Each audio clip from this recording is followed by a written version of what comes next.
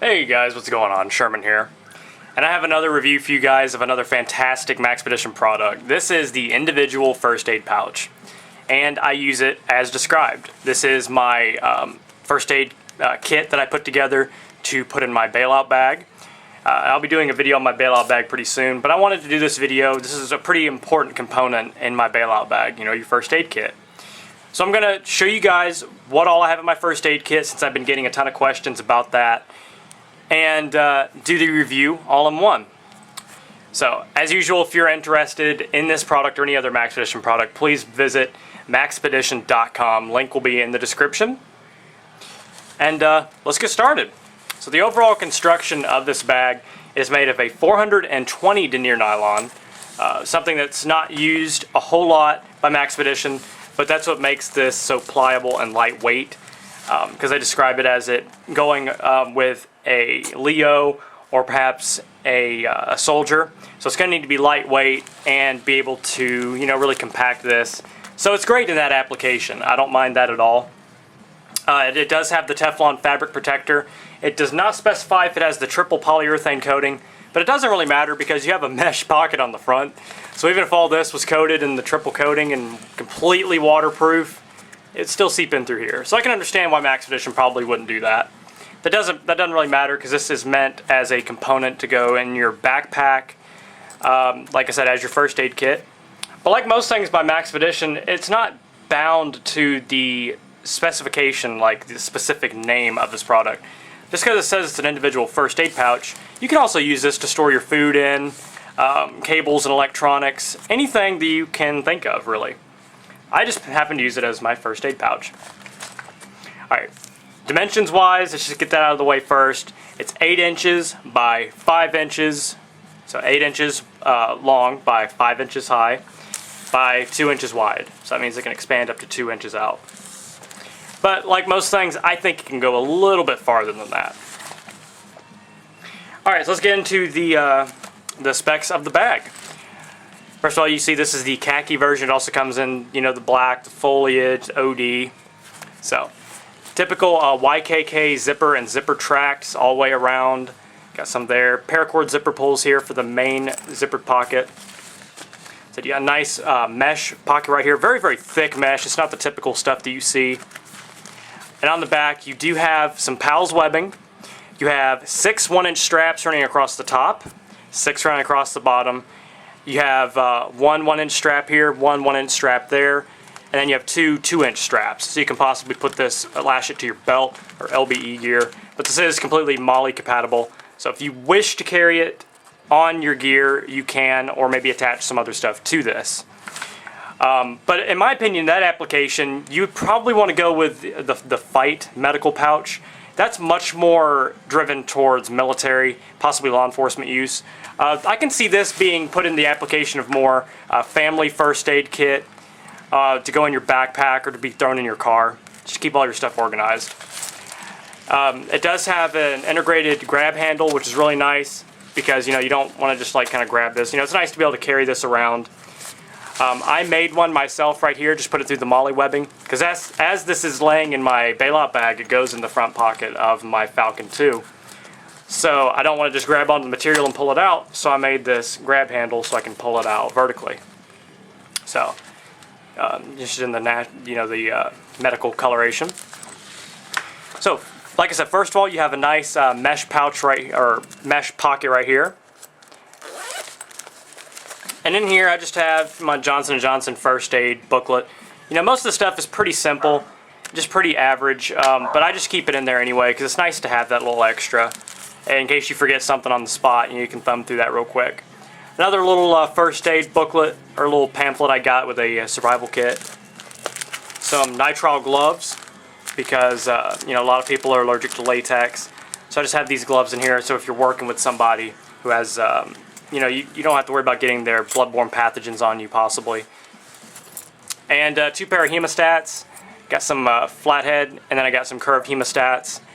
Just one of those things, it's just kind of good to have. It doesn't take up much room at all. So that's that front pocket right there. It's very nice. You can, I would recommend putting things like that, you know, your booklets in there about first aid, gloves, perhaps some face shields for CPR. because it's easy to see right off the bat. Alright, as with a lot of Maxpedition products, you have the dual zipper pulls, so you can choose where you want to put these. I always like to have them both on one side, that's just me. So you unzip this. Clamshell opening, like a lot of Maxpedition's bags and products. Now you see here you have a mesh pocket right here, much like the one on the front. Exact same high quality mesh. And then right here you have a thick ripstop plastic cover right here for this pocket. Right here I have my K-bar folding hunter, the Dozier. Just nice to have a knife, and it's so lightweight. This thing weighs about 2 ounces.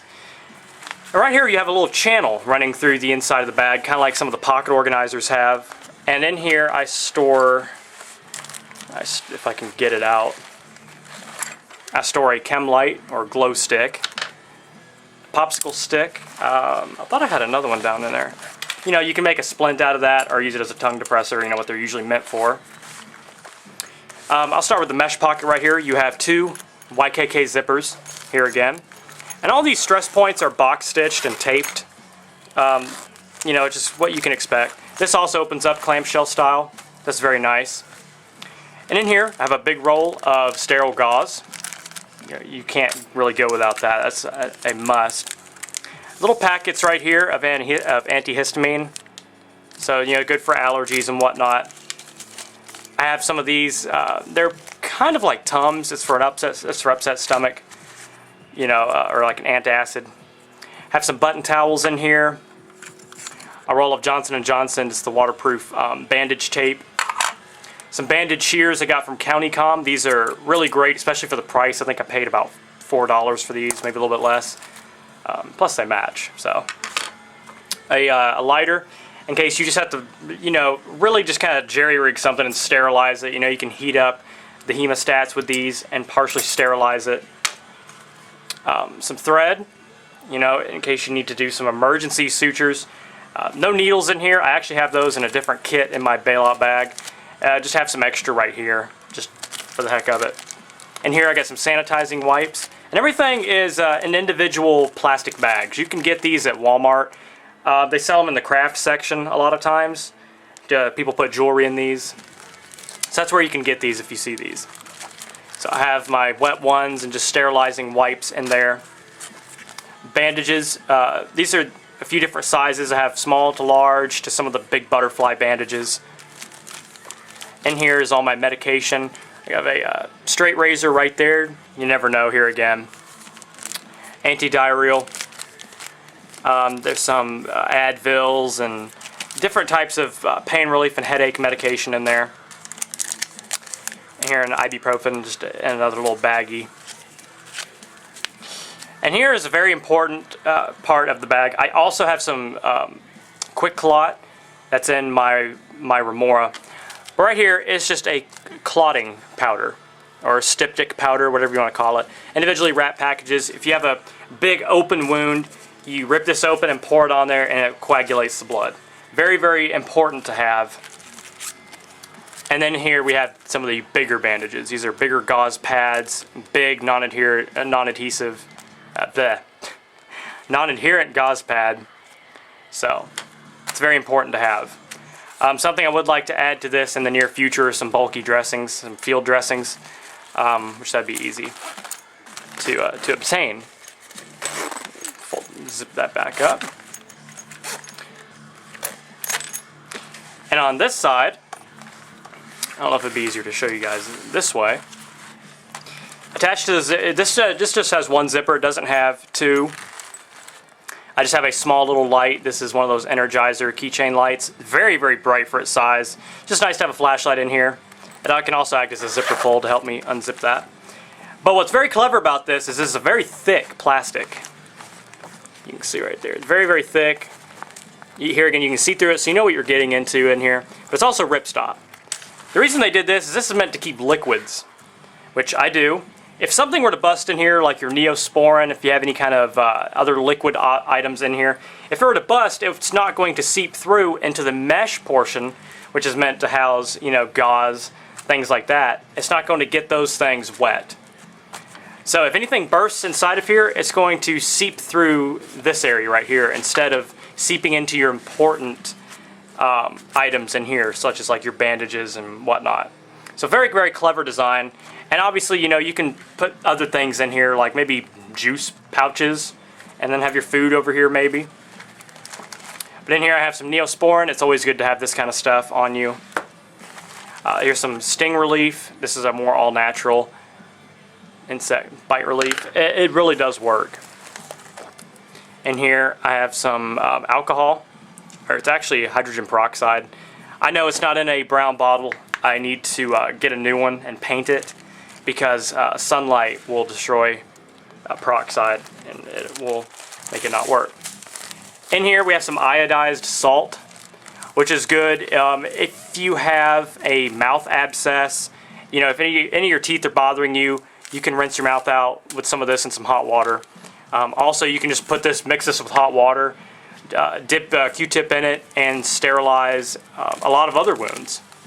You know, it is very, it has a lot of healing properties, let me put it that way. So it's really, really good to have on you. It's a more natural healing property. And here's a triple antibiotic ointment. Just here again, it's nice to have a little extra. Some chapstick, some medicated chapstick. And I have a cold pack. I have it in here because, you know, if it were to, some of those little crystals in there were to bust, I don't want them to be all over the place. Here's what that looks like. Very, very large. And when you fold it up and there's nothing in it, you can see, I mean, it's very, very flat and compact. You could even roll it up like such. Here again, this is why they chose the 420 denier. So, I mean, you can just really just ball this up, put it in your pocket. So, very, very nice. I'm really liking this. Like I said, I can put a lot of stuff in here. And it's lightweight. I can just throw it in my bailout bag. It's all self-contained. This is not the end-all kit. There are some things that I would like to add to this in the near future. So stay tuned for updates on that. So, incredible product. The individual first aid pouch by Maxpedition. So definitely a nice addition to any backpack or bailout bag. So hope you guys enjoyed, and if you're interested in this or any other product, use the coupon code Sherman to get 10% off of your order at maxpedition.com only. If you have any questions on this product, leave them down in the comments box, guys. Alright guys, have a great day, stay safe, stay sharp, and God bless. Sherman614, peace.